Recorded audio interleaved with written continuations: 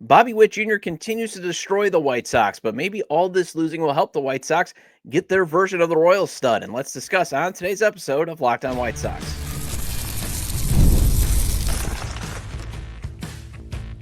You are Locked On White Sox, your daily Chicago White Sox podcast. Part of the Locked On Podcast Network, your team every day. Hello, I'm your host, Todd Welter, a lifelong Sox fan, and I write for SouthsideShowdown.com, part of the Fansided Network, and also I've covered Major League Baseball for outlets such as the Associated Press. And thanks for making Locked On White Sox your first listen every day, part of the Locked On Podcast Network, your team every day. Make sure to hit the like button on today's episode. Subscribe to the YouTube channel at Locked On White Sox if you've not done so already, and also follow or subscribe to the show wherever you get your podcasts. Bobby Witt Jr. continues to be the boogeyman, as his two-run home run last night was the difference, and he seems to be the difference in this series as the White Sox, well, they just don't have that guy. And I want to follow up a bit more on something I did touch on yesterday's show, and that's how this losing could lead the Sox to getting someone like him. Maybe they already have one like him down at high A ball. Then the White Sox front office is now trolling us just by calling up Nick Maton again. And finally, I do want to address some of the criticism in the White Sox ninth inning rally that came up short last night. And today's episode is brought to you by Game Time. Download the Game Time app, create an account, and use code LOCKEDONMLB for $20 off your first purchase. All right, so I know I touched on it yesterday, but the reason I want to hit on this just a bit more is Bobby Witt Jr. continued destruction of the White Sox makes you think, man, what could have been had the White Sox just lost 5 more games in 2018? And I wrote about it on SouthsideShowdown.com as I was talking with Sam Phelan, now the site expert of the site. And he pointed out to me, and I was like, hey, I want to write about that. And another listener also messaged me on Facebook. Actually, if 2 of the 4 close wins the White Sox had in 2018 have been flipped, it's the Sox picking second. Now, hey, maybe the front office still loves Andrew Vaughn more, but I doubt it because it was a draft where Witt Jr. was one of the 2 bona fide studs. And I know I'm going maybe more off hindsight, but, thinking back, and even looking at it, it was Witt Jr. and Adley Rutschman. So winning just a few more games than the Royals left the Sox, without a chair in that musical chairs. The Baltimore Orioles, they only win 47 games. They get the number 1 pick. They take Rutschman out of Oregon State. And obviously, it's working out really well for them. And then, obviously, the Royals, they only win 58 games. They're picking number 2, and they get Witt Jr. So, fan how you want, but as these frustrating losses mount, and trust me, they may actually hurt more than 2024 because a lot of them have been potential the White Sox could win these games. At least the White Sox are not always getting their doors blown off like we saw a lot last year. But, have a little frustration, mourn and vent until midnight, but then wake up realizing this could be one step closer to getting that guy. Getting that impact stud, a top 5 player like Bobby Witt Jr. And obviously, you and I are going to have to wait until July of 2026 to even know who that guy is. And then you got to wait another maybe season or 2 or 3, depending on how that player gets through the minors. And the thing, though, I would say is you and I probably have time because we still have to wait out Jerry Reinsdorf drawing his last breath for things to get better. And again, it's sad that a man has to die for things to potentially get better. But that's just what Jerry Reinsdorf is doing. He's getting in the way. He's getting in the way of the Ishbias and their billions of dollars taking over the team. I mean, hey, we may not know if they're going to be good owners. I mean, look at the Suns. They're not doing the best, but at least they got ownership that's willing to take major swings to win a championship. And they're finding out ways to treat their fans well at the game. And they're giving them their product on television for free. That's why, we can always be worried about what the Ishbias do with the Suns, but at the same time, at least they try. Where right now we're just dealt with this owner who just keeps getting in the way because he's not willing to try, or he's willing to try because he's got this outdated view of baseball. Remember, his favorite player is David Eckstein. So I'm going to keep pointing to the 2018 season, where winning 62 games instead of 60 games, or 57 games, or even 46, turned out to negatively alter this franchise. Winning that much did leave the Sox at the number 3 pick. And as you see, that was basically no man's land in that draft because then it became a bit of a crapshoot after that. And so far, it's been snake eyes with Andrew Vaughn. So that is why, while at least last season was awful to endure because there was no payoff of a top pick or even a top 5 pick after losing so much, there is the payoff this year, especially since the Colorado Rockies, they're now in the same boat as the White Sox were in last year. They can't move up in the lottery because they're a revenue-paying team, and they were in the lottery last year, and they got a top 5 pick. So now they have to pick as low as 10th. So they can have that evil if they keep on this pace.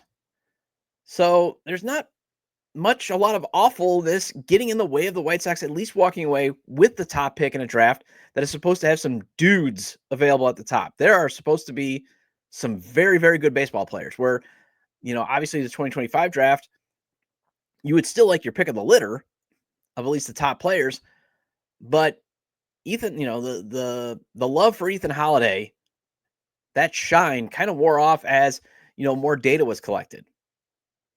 And again, it could change again in 2026, the tune, but there is some guys that are in this at the top of the draft that I'll get to where if they keep going at the rate they're going, it might be, it's going to be good to have your pick of the litter there, obviously.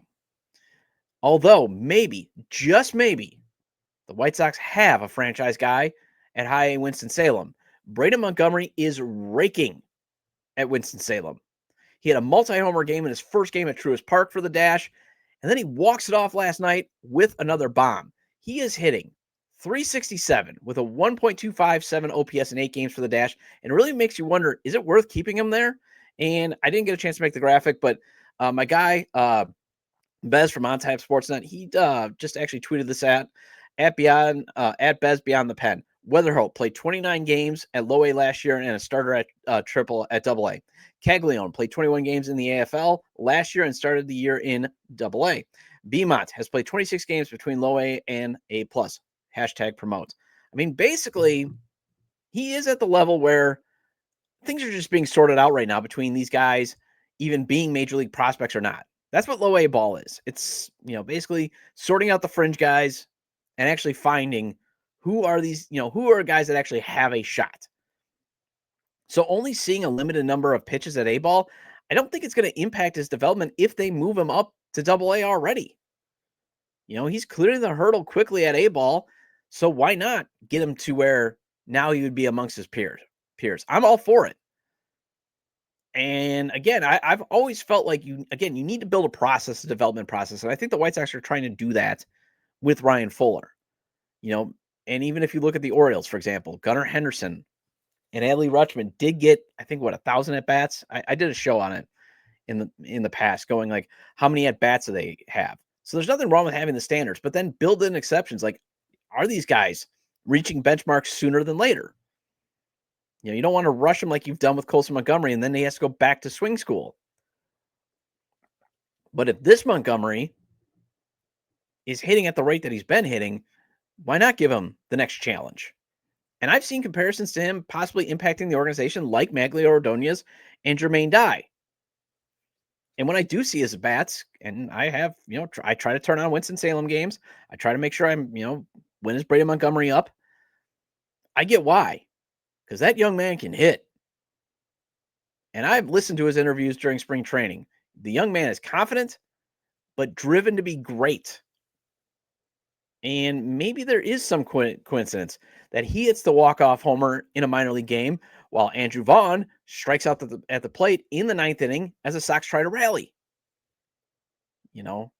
So basically, Braden Montgomery is already starting to show, can he clear that hurdle where he's actually a guy that can come up with big hits. And also, he's a bonus because he's not even supposed to be in the organization since the Sox passed on him in last year's draft, sort of like they passed on Jac Caglianone. He's actually not even supposed to be on the Royals. Had the Sox went bold, and I'll admit, I was in, I got this itch on my nose. I was in the camp of not taking Caglianone, but it was more, I think, Andrew Vaughn PTSD, and it was more, again, what's the process? Should you really be investing high draft picks in first baseman? Jac Caglianone, though, like I said, I mean, I wasn't going to be like, oh my gosh, I can't believe they didn't draft. If they did take Caglianone, I wasn't going to be like, oh, I can't believe they didn't, that they took him. Although I am happy that they took Hagen Smith. I mean, they had to draft a replacement for Garrett Crochet, and obviously, if they can continue to develop elite left-handed pitching, I'm fine with it. Although you would like them to get some hitters. And I also think that Caleb Boehmer, he just got into the top 100 at Baseball America. Who knows? But think about it. The Royals now will potentially have the chance to pair him with Witt Jr. And if he mashes like he is now at Double-A, 330 average with a 1.007 OPS at Double-A in the majors, the Royals are going to be problems for years to come. Although they play in a home run diverse ballpark, so you can still have the chance to battle them, as the White Sox have been doing. And they have been doing a good job of at least not being, a get right. And the Royals are on a heater too, but they've been battling them. But the vibes I've been getting in this series it's just, the big picture. And the big picture is look at what the Royals have been able to do and benefit from the White Sox.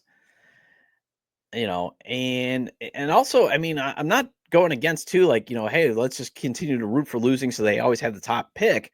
Because obviously the lottery rules prevent that.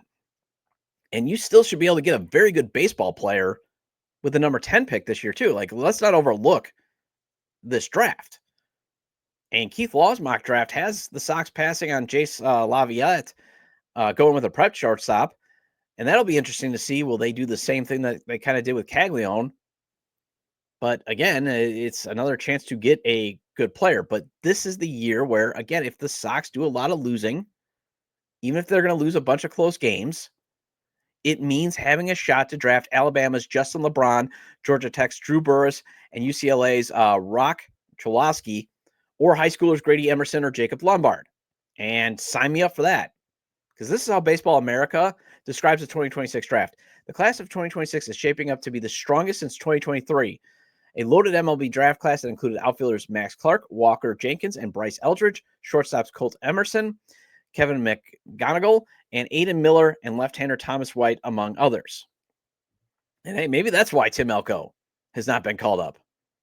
Had another great game last night, by the way, because you don't want Daniel Palka or Matt Davidson like home runs that beat the Royals like in 2018 and thus alter the direction of two franchises.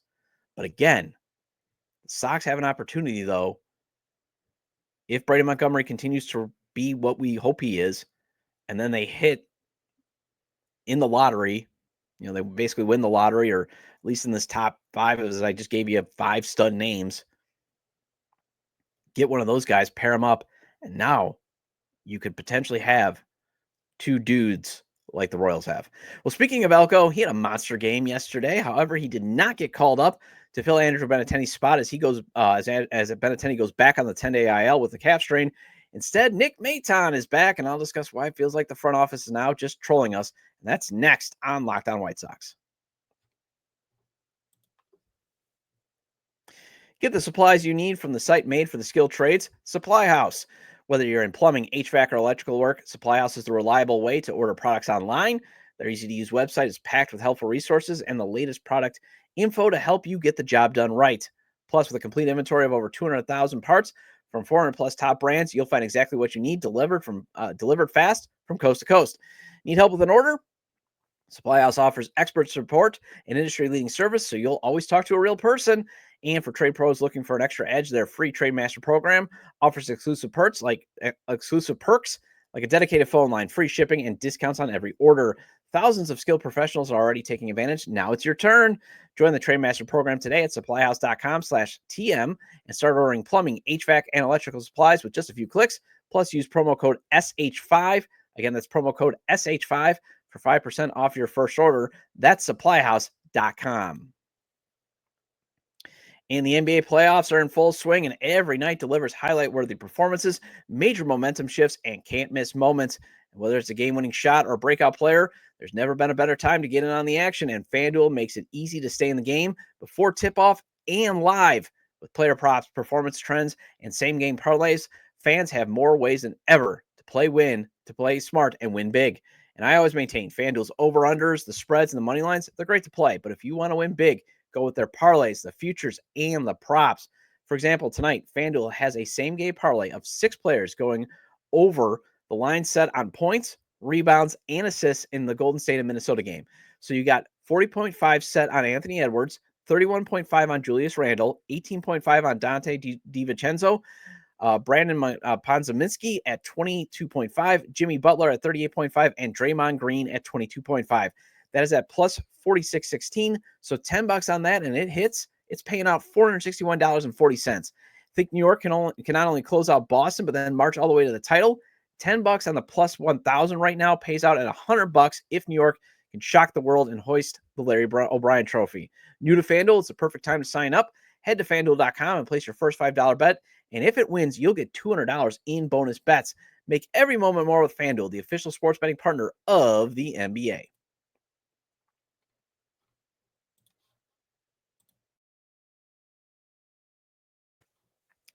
Welcome back to Locked On White Sox. I'm your host, Todd Welter. Again, make sure to hit the like button on today's episode and subscribe to the YouTube channel at Locked On White Sox if you've not done so already. And if you can't catch the show on YouTube, Locked On White Sox is available on all major podcast platforms. So make sure to follow or subscribe on places such as Apple or Spotify. Either way, get your 30-minute fix of Chicago White Sox baseball venting with me.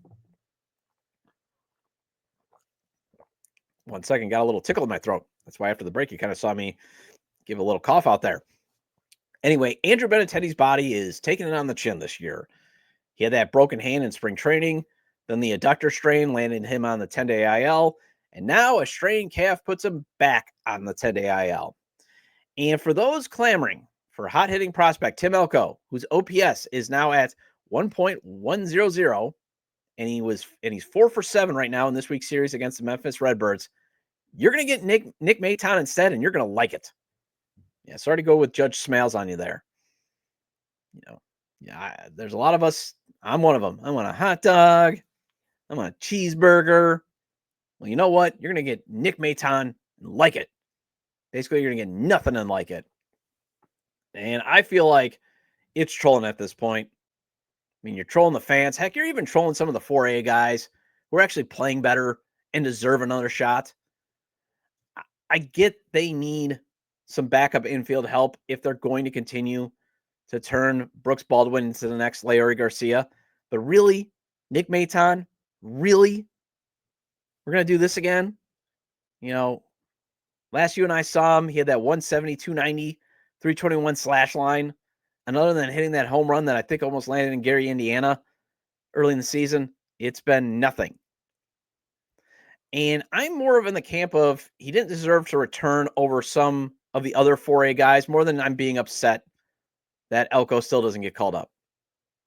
I mean, the Sox front office has made it clear. They're going to give Andrew Vaughn all the runway in the world. Like it or not, it is what it is.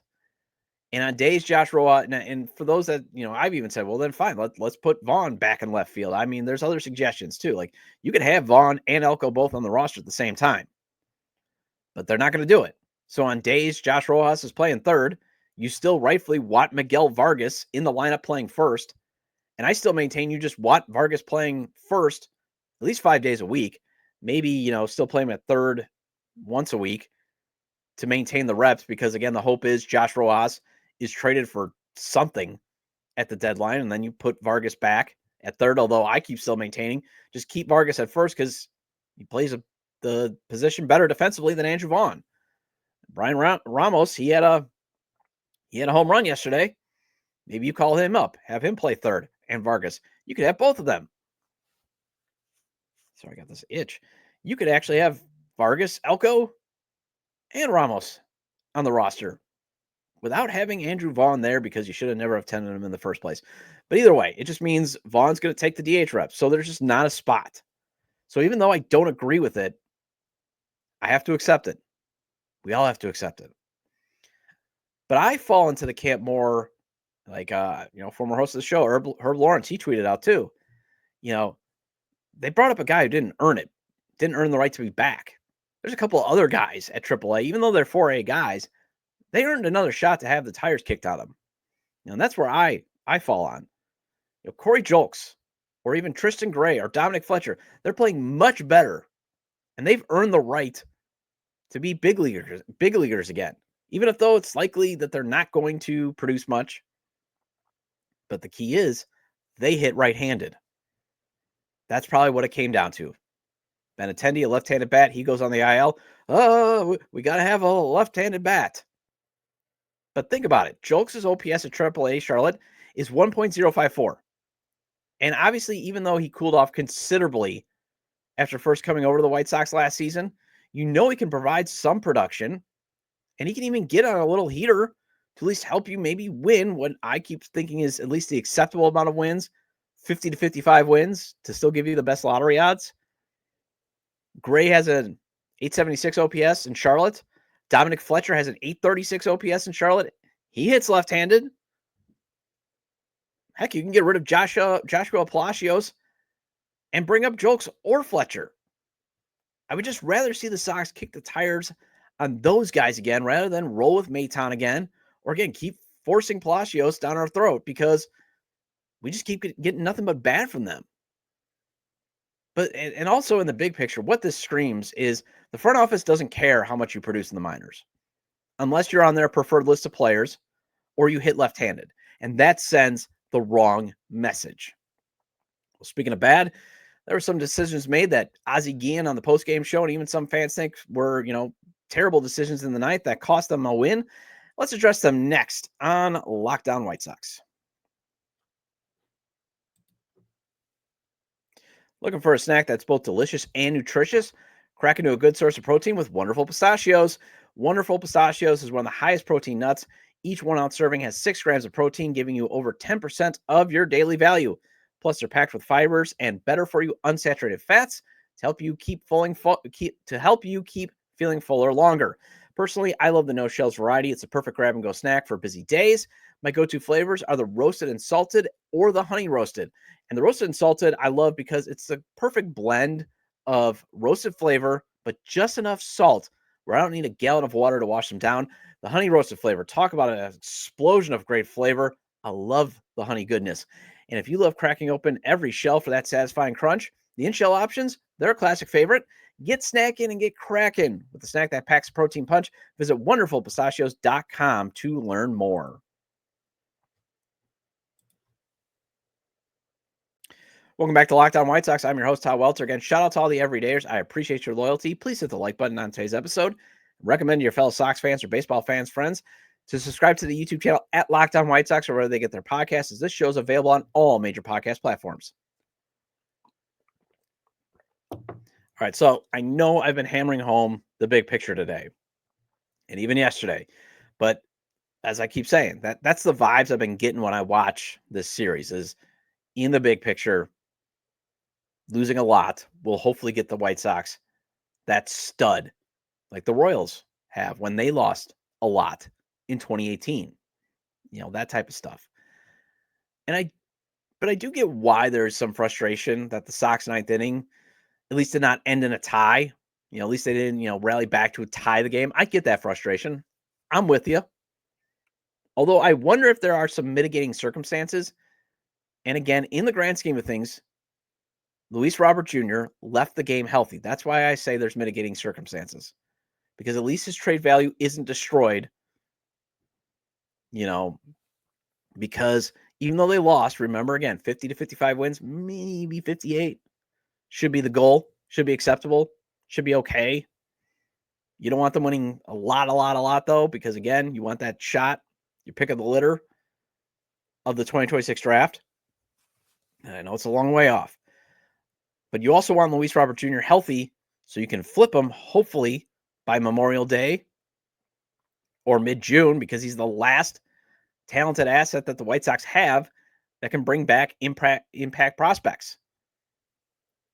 And on the flip side, too, I would say one of the standards you should still have is, let's just not have prolonged double-digit losing streaks.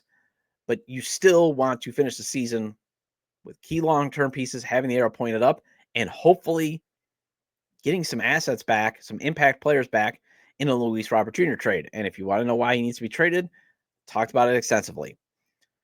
But in terms of the criticism against Luis Robert Jr. last night, it's valid to be frustrated because he didn't try to dig for second on his RBI single.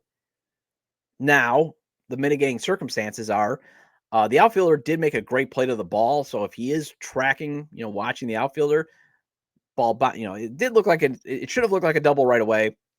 Hits it down the line, kind of kicks back off, though, off the left field wall. And the outfielder, he's there, he's on top of it, and he throws it right into play. So I could see why maybe even Jason Bourgeois was like, hey, whoa, we're not going for two. But at the same time, the throw to the cutoff man, way off. And we've been seeing Luis Robert Jr. stealing bases like a madman. So I get the frustration. But the mitigating factor that I just want to throw out to the world is he being asked to not take too many unnecessary risks now to keep him from suffering a significant injury? Got to hit the cough button 1 second. Because remember, the adductor strain that kept him out 60 games last year was rounding the bases, if I recall. I don't think it was coming out of the box. I think that was Eloy. Or maybe I am confusing Moncada. I mean, Moncada's injury did happen at Kansas City rounding first base.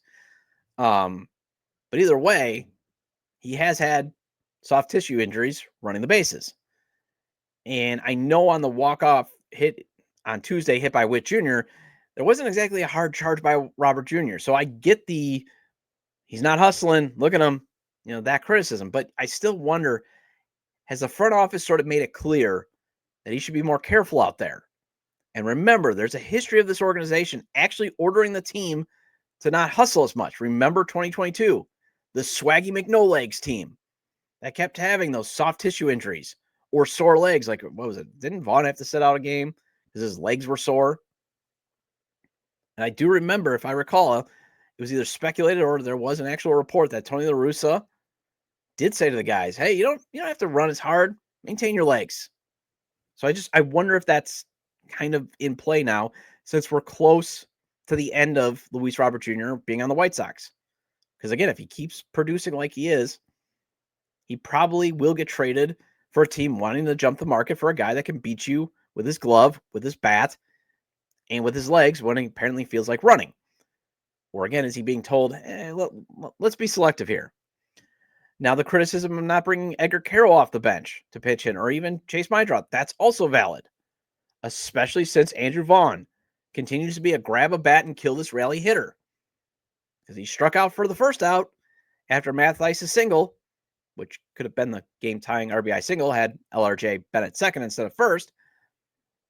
But I'll give Will Venable a little bit of grace of giving Carroll the full game off because he's just been getting abused by Royals pitching. So there's nothing wrong with giving him a little bit of a reset. A little bit of, hey, let's just even, while they're in the field, let's just watch the game. Let's just get back to neutral. Let's get back to taking what the pitchers give you, that type of stuff. And now Will Venable claims Meidroth's benching was not related to the ball bouncing off his head on Tuesday's horrific ninth inning. I kind of think, wink, wink, nod, nod. It's probably holding him accountable.